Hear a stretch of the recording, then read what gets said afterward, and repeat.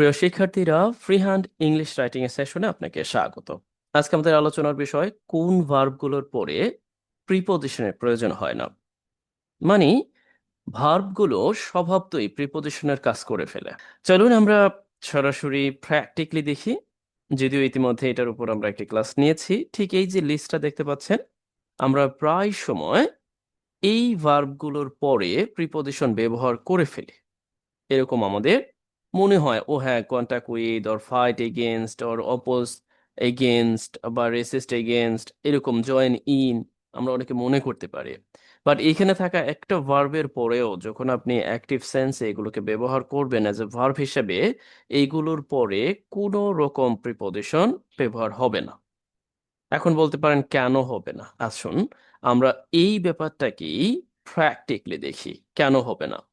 ইতিমধ্যেই পূর্ববর্তী একটি ক্লাস আমাদের নেওয়া আছে, সেই ক্লাসটি আপনারা দেখতে পারেন। তারপরে এখানে আমরা একটু নতুন করে দেখব যে কেন হবে না। দেখুন, এগুলো অনেকে হয়তো বা আপনাকে পরামর্শ দিবে এগুলো মুখস্থ করে ফেলেন বা এটা ওইটা এরকম করে করেন। আমি বলবো কিছুই করতে হবে না। আপনি মূলত এইগুলোর প্রকৃত অর্থটা বোঝার চেষ্টা করুন। মানে ডিসকাস, আপনি ডিসকাস অর্থটা জানবেন কোনো বিষয় নিয়ে আলোচনা করা। মানে ডিসকাস অর্থটাই হচ্ছে কোনো বিষয় নিয়ে আলোচনা করা। তার মানে এখানে নতুন করে আর প্রিপজিশনের প্রয়োজন হচ্ছে না। আচ্ছা, এরপরে দেখুন ট্যাকল। ট্যাকল মানে হচ্ছে আপনার কোনো কিছুকে দমানো, মানে কোনো কিছুর সাথে পেরে ওঠা। তার মানে কোনো কিছুর সাথে পেরে ওঠা বা কোনো কিছুকে দমানো। আমি যখন অর্থটা বলছি তখনই কিন্তু ওই ট্যাকেলের মধ্যেই প্রিপজিশন আছে, নতুন করে আর প্রয়োজন নেই। আচ্ছা, এরপরে যদি আমরা লক্ষ্য করি ইনভেস্টিগেট, লক্ষ্য করেছেন?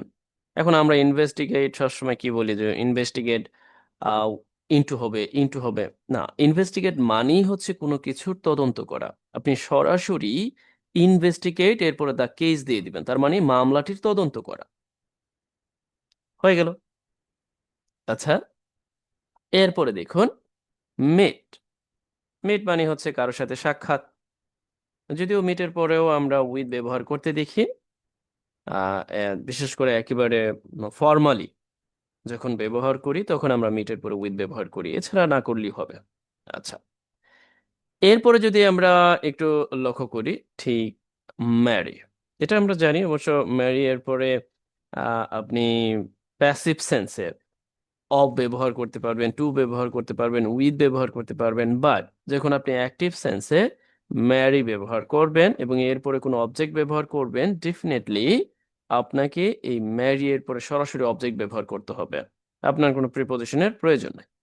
আচ্ছা, একটু জটিল মনে হতে পারে। এরপরে দেখি ইয়ার। এরপরেও আপনার কি কোনো কিছু শোনা, এখানেও আর নতুন করে টুর প্রয়োজন নাই, অনেকে হয়তো বা আমরা ব্যবহার করে ফেলতে পারি। এমফেসাইজ, কোনো বিষয়কে কি গুরুত্ব দেওয়া। তার মানে এমফেসাইজ এর পরে আমরা অনেকে বলতে পারি অন হতে পারে, তাই না? বাট হবে না, দরকার নেই। কারণ এমফেসাইজ মানে হচ্ছে কোনো বিষয়ের উপর গুরুত্ব দেওয়া। আপনি এইটা মাথায় রাখুন, এমফেসাইজ মানেই হচ্ছে কোনো বিষয়ের উপর গুরুত্ব দেওয়া। সো এখানে আপনাকে নতুন করে আর প্রিপজিশন প্রয়োজন হচ্ছে না। ভিজিট, পরিদর্শন করা বা ঘোরা বা কোথাও দেখা। তার মানে ভিজিট এর পরেও আপনি সরাসরি দেশের নাম বসায় দিবেন, আপনার আর নতুন করে প্রিপজিশন প্রয়োজন হবে না। যদিও আমরা অনেকে জানি, তারপরে আমরা দেখার চেষ্টা করছি। আচ্ছা, অ্যাটেন্ড। অ্যাটেন্ড এর পরেও প্রিপজিশন হবে না, তবে এখানে কথা আছে, অ্যাটেন্ড এর পরে অন্যান্য প্রিপজিশন হতে পারে। লাইক অ্যাটেন্ড এর পরে অ্যাট হতে পারে, অ্যাটেন্ড এর পরে ওয়ান হতে পারে, অ্যাটেন্ড এর পরে আমরা জানি অ্যাটেন্ড এর পরে, আচ্ছা, হ্যাঁ, এ ওয়ান, অ্যাড অন, তারপরে ইয়া হতে পারে, আপনার আপন হতে পারে। এখন সেইগুলো আবার ভিন্ন অর্থ দেয়। আমি যদি অংশগ্রহণ করা অর্থ দেই, তখন এই অ্যাটেন্ডের পরে কোনো প্রিপজিশন হবে না। আমরা প্র্যাকটিক্যালি দেখবো, জাস্ট আমি একটু বলে যাচ্ছি। জয়েনের পরে মানে কোথাও অংশগ্রহণ করা, কোথাও যুক্ত হওয়া, সেই ক্ষেত্রেও এটার পর নতুন করে আর ইনের প্রয়োজন নাই, এটার প্রয়োজন নাই। তারপর রিচ, মনে হতে পারে রিচ কোথাও পৌঁছানো, রিচ অ্যাট হবে না। এইখানেও আপনার এই যে যে অ্যাট এর ব্যবহার, এটাও দরকার নাই। কারণ রিচ মানেই কোথায় পৌঁছানো। মানে কোনো কোথাও পৌঁছানো, কোনো চুক্তিতে পৌঁছানো, কোনো অনুষ্ঠানে পৌঁছানো, তার মানে এখানেও আপনার প্রিপজিশন এট এর প্রয়োজন নেই। এক্সপ্লেইন, এটা আমরা বুঝি, কোনো কিছু ব্যাখ্যা করা, ডিসক্রাইব, ব্যাখ্যা করা দরকার নেই। অ্যাপ্রোচ, মনে হতে পারে ও এখানে তো টু হবে, না, দরকার নেই। আপনি কি করবেন, এই অ্যাপ্রোচের পর সরাসরি যে নাউনটি ব্যবহার করতে চান সেটি করে দেন। কি করবেন, আপনি সরাসরি অ্যাপ্রোচ তারপরে নাউনটা ব্যবহার করে দিবেন, যে অ্যাপ্রোচ দ্য প্রজেক্ট, মানে প্রজেক্টের দিকে আমরা মানে অগ্রসর হচ্ছি প্রজেক্টের দিকে। রেসিস্ট, রেসিস্ট মানে হচ্ছে প্রতিরোধ করা।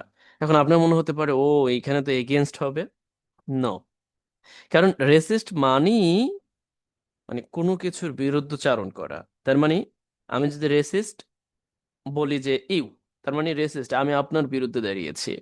বা আমি যদি বলি I resisted the top government and already divorced, whatever, তার মানে তখন আমাকে এই যে রেসিস্ট এর পরে এগেনস্ট এর প্রয়োজন নাই, কারণ এই এগেনস্ট এটার মধ্যেই আছে, এর মানেই হচ্ছে প্রতিপক্ষ হয়ে দাঁড়ানো কোনো কিছুর বিরুদ্ধে। বুঝতে পারছেন তো? আচ্ছা, এরপরে আমরা দেখতে পাচ্ছি স্ট্রেস। স্ট্রেস এর পরে আমরা সবসময় অন ব্যবহার করে অভ্যস্ত, ও হ্যাঁ মেবি এটার পরে অন হবে, দরকার নেই।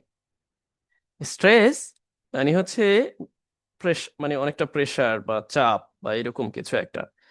স্ট্রেস মানেই হচ্ছে কোনো কিছুর উপর চাপ, বা স্ট্রেস মানেই হচ্ছে কোনো কিছুর উপর গুরুত্ব দেওয়া, আচ্ছা তাড়িত করা। সুতরাং তখন আর অনের প্রয়োজন হচ্ছে না। একই রকম ভাবে ইনফ্লুয়েন্স, আপনার কাছে মনে হতে পারে ইনফ্লুয়েন্স ও বা ডেফিনেটলি এরপরে মনে হয় অন হবে, দরকার নেই। ইনফ্লুয়েন্স মানেই কোনো কিছুর উপর চাপ বা কোনো কিছুর উপর প্রভাব, ব্যক্তির হতে পারে, বস্তুর হতে পারে, নো প্রবলেম। আচ্ছা, এরপরে অ্যাটাক। অ্যাটাক মানেই হচ্ছে কাউকে আক্রমণ করা, কোনো কিছুর উপর আক্রমণ করা। এইখানেও আপনার নতুন করে আর ওয়ানের প্রয়োজন নেই। আচ্ছা, অনেকের কাছে জটিল মনে হতে পারে যে বিষয়গুলো কেমন যেন একটু জটিল জটিল মনে হচ্ছে। আচ্ছা, ইফেক্ট, অনেকে বলবে না ইফেক্ট এর পরে তো অন হবে, নো, কারণ আপনি যখন ভার্ব হিসেবে ব্যবহার করবেন তখন অনের প্রয়োজন নাই। বাট কথা আছে, এখানে থাকা যতগুলো ভার্ব আছে সবগুলো ভার্বকে যখন আমি নাউন হিসেবে ব্যবহার করব তখন প্রাসঙ্গিকতা ক্রমে যেই যেই প্রিপোজিশন হওয়ার কথা তা তা হবে। আমি আবার বলছি, আগে একটু শেষ করি। অপোজ, অপোজ এর পরে আপনার মনে হতে পারে ও, এটা তো প্রিপোজিশন হবে, বাট না, দরকার নেই। কারণ অপোজ মানেই হচ্ছে কারো বিরুদ্ধে মানে দাঁড়ানো, কারো বিরুদ্ধে কিছু বলা, মানে কারো বিরুদ্ধে যাওয়া। সুতরাং এখানে নতুন করে আর আপনাকে প্রিপোজিশন এগেইনস্ট ব্যবহার করতে হবে না। দেখুন অর্থের মধ্যেই প্রিপোজিশন আছে। আচ্ছা, হাইলাইট করা কোনো কিছু, হয়তো বুঝি অনেকে আমরা ওয়ান ব্যবহার করে ফেলতে পারি। অথবা ক্রিটিসাইজ, মনে হতে পারে এগেনস্ট দিয়ে দিই, দরকার নেই। ক্রিটিসাইজ মানে হচ্ছে কারো সমালোচনা করা। ব্লেম, এরপরেও মনে হতে পারে ও এগেনস্ট দিয়ে দিই, দরকার নেই, কারণ ব্লেম মানেই হচ্ছে কারো সমালোচনা করা। রিকোয়েস্ট, অনুরোধ করা, কাউকে অনুরোধ করা। এর নতুন করে আর টুর প্রয়োজন নেই, আমরা মনে হতে পারে টু দিয়ে দিই, না, দরকার নেই। বুঝতে পারছেন কি? আই এম রিকোয়েস্টিং ইউ, আমি আপনাদেরকে অনুরোধ করতেছি, এখানে কি টু আছে? না। আচ্ছা, ফাইট, মনে হতে পারে ফাইট ফর, ফাইট এগেইনস্ট, দরকার নেই। সরাসরি ফাইট ফর বা এগেইনস্ট কিছুই দরকার নেই। আপনি বসায় দেন যে fight you, I fight you, আমি তোমার সাথে যুদ্ধ করি। ফাইট মানেই হচ্ছে কারোর সাথে যুদ্ধ করা, কারোর সাথে মানে পেরে ওঠা, বা এরকম যেটা বলি আমরা মারামারি। ডিমান্ড, চাওয়া, কোনো কিছু চাওয়া, ডিমান্ড মানেই কোনো কিছু চাওয়া। এই জন্য নতুন করে এখানে আর ফরের প্রয়োজন নাই, কিন্তু আমরা সবসময় ফর ব্যবহার করে অভ্যস্ত। হ্যান্ডেল মানে হচ্ছে কোনো কিছুকে ইয়া করা, মানে আয়ত্তে নিয়ে আসা বা সমাধান করা। আমরা অনেক সময় হ্যান্ডেল এরকম উইথ ব্যবহার করে ফেলি বা অন্য কোনো প্রিপজিশন দিই। আমি জানি না কতটুকু বোঝাতে পারলাম। এখন আসুন আমরা আমাদের যে মূল থিমটা, তা হলো এইগুলোকে যখন আমি ভার্ব হিসেবে ব্যবহার করব তখন কিন্তু এগুলোর পর আমি প্রিপজিশন ব্যবহার করছি না। কিন্তু সমস্যাটা হলো এইগুলোকে যদি আমি নাউন হিসেবে ব্যবহার করি তখন এইগুলোর পরে প্রাসঙ্গিক যেই ভার্ব প্রিপজিশন গুলো আছে তা বসবে। এখন একটু মনে হতে পারে এই তো ঝামেলাটা পেকে গেল, তাই না? কোনো ঝামেলা নাই। আমি আপনাদেরকে এই ব্যাপারে সুস্পষ্ট একটা ধারণা দিতে যাচ্ছি, যাতে করে আপনারা এই ব্যাপারটা সবসময় মনে রাখতে পারেন এবং নিজেদের প্রয়োজনে এটাকে কাজে লাগাতে পারেন।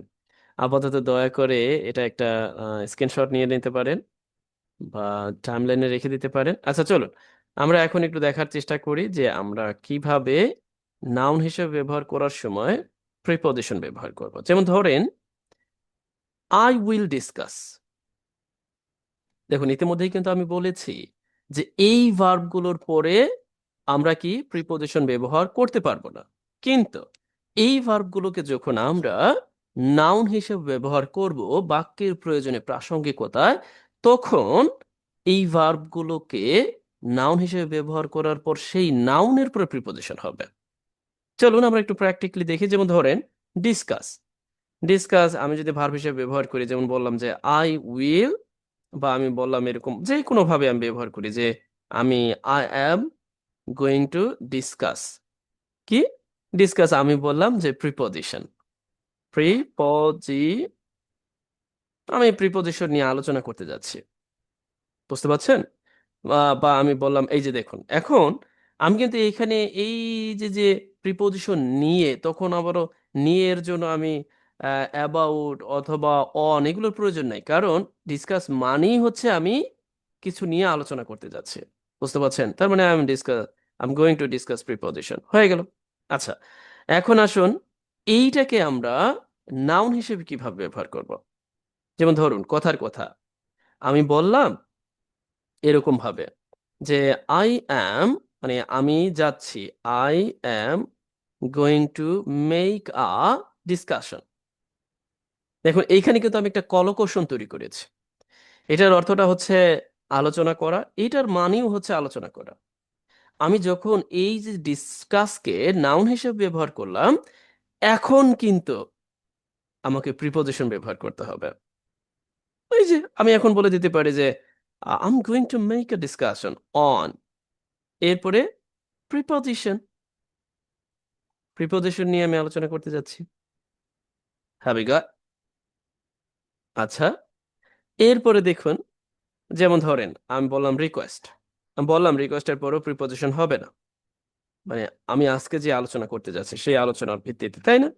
কিন্তু এটার পরেও হবে, করা যেতে পারে। যেমন ধরেন আমি বললাম যে আই এম রিকোয়েস্টিং ইউ, আমি আপনাদেরকে অনুরোধ করতেছি। দেখুন তো, আমি কি এখানে টু বলছি? বলি না, আই এম রিকোয়েস্টিং ইউ, আমি অনুরোধ করতেছি, and to give me a glass of water, মানে এক গ্লাস পানি দেওয়ার জন্য আমি আপনাকে অনুরোধ করতেছি। বাট লক্ষ্য করেন, আমি যদি বলি এইরকম ভাবে, ওকে, এইরকম ভাবে ধরুন আমি বললাম যে আই হ্যাড এ রিকোয়েস্ট, মানে আমার একটা অনুরোধ ছিল, আই হ্যাড এ রিকোয়েস্ট। এখন কিন্তু আমি টু দিচ্ছি, I had a request to you, মানে আমার একটা অনুরোধ ছিল আপনাদের কাছে। আমার কথাটা বুঝতে পারছেন? এখন কিন্তু আমি ঠিকই টু ব্যবহার করতে পারতেছি। তার মানে আপনি যখন নাউন হিসেবে ব্যবহার করবেন, তখন কিন্তু আপনি প্রিপজিশন, প্রাসঙ্গিকতা, যেটার যা প্রয়োজন ব্যবহার করতে পারবেন, কোনো সমস্যা নেই। তার মানে আমরা এতটুকু জানতে পারলাম আজকে যে এই ভার্বগুলোর পরে নতুন করে আমাদের কি প্রিপজিশনের প্রয়োজন নাই, কিন্তু এইগুলোকে যখন আমরা আমাদের বাক্যের প্রয়োজনে নাউন হিসেবে ব্যবহার করব, তখন প্রিপজিশনের প্রয়োজন আছে। আচ্ছা, আমরা অ্যাটাক দিয়ে দেখতে পারি। কেমন? যেমন ধরেন আমি অ্যাট্রাক্ট দিয়ে দেখলাম এইরকম ভাবে, লাইক আমি বললাম যে সাম কি টেররিস্ট, আর আমরা বলতে পারি আ টেররিস্ট। যদি এগুলো উচ্চারণ করাটা ঠিক না, আমি অন্য কোনো টপিক নেই এখন। আচ্ছা, ধরুন আমি এখানে বললাম যে হাইনাস। আচ্ছা, হাইনাস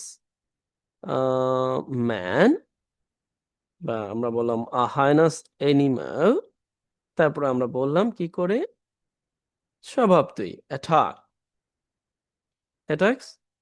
তারপর আমরা বললাম যে দুর্বল যারা আছে, আচ্ছা, বা আদার্স অন্য যারা আছে তাদেরকে আক্রমণ করে, তাই না?